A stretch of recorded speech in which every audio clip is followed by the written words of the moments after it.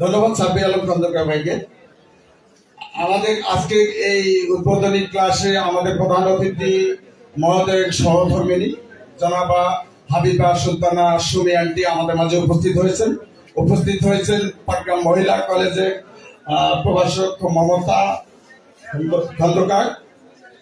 আজকে এই উদ্বোধনী ক্লাসে উপস্থিত আছেন গভর্নিং বডির বিদ্যুৎসাহী সদস্য ইসলামী আদর্শ বিদ্যানিকেতনের সহকারী শিক্ষক জনাব কামুল হক ভাই সহ পাটগ্রাম আদর্শ ডিগ্রি মহাবিদ্যালয়ের সম্মানিত শিক্ষক শিক্ষিকাবৃন্দ। আমাদের মাঝে উপস্থিত হয়েছেন বাংলাদেশ জাতীয়তাবাদী দল পাটগ্রাম উপজেলা শাখার যুগ্ম সাধারণ সম্পাদক অধ্যক্ষ সৈকত প্রধান বাবু ভাই এবং সম্মানিত শিক্ষক শিক্ষিকাবৃন্দ এবং ছাত্রছাত্রী ভাই ও বোনেরা, ছাত্রদল যুবদল এবং অন্যান্য অঙ্গ ও সহযোগী সংগঠনের নেতৃবৃন্দ, সবার প্রতি আমার সশ্রদ্ধ সালাম, সমপ্রীতি এবং আন্তরিক অভিনন্দন। ছাত্রছাত্রী ভাইদেরকে প্রথমেই প্রীতি ও শুভেচ্ছা জানাই এবং আজকে পাটগ্রাম আদর্শ কলেজের পক্ষ থেকে আপনাদের সবাইকে অভিনন্দন জানাই। প্রথমে যেটা আমি বলতে চেয়েছিলাম যে বিজয়ীদের সঙ্গে থাকুন এবং বিজয়ী বেশি বারবার ফিরে আসুন। Stick with the winners, keep coming back. আমরা আসলে আজকে সবাই বিজয়ী হয়েছি, তাই না? আমরা সবাই এসএসসি পাস সাফল্যের সহিত পাস করেছি বলেই কিন্তু আজকে আমরা এখানে উপস্থিত হতে পেরেছি, তাই নয় কি? যারা পাস করতে পারেনি তারা কি এসেছে? তাহলে আমরা আজকে সবাই বিজয়ী কিন্তু, তাই না?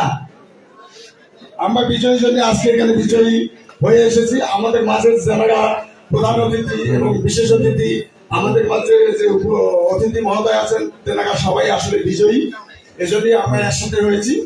আমি ছাত্রছাত্রীদের উদ্দেশ্যে একজন শিক্ষক হিসেবে বলতে চাই,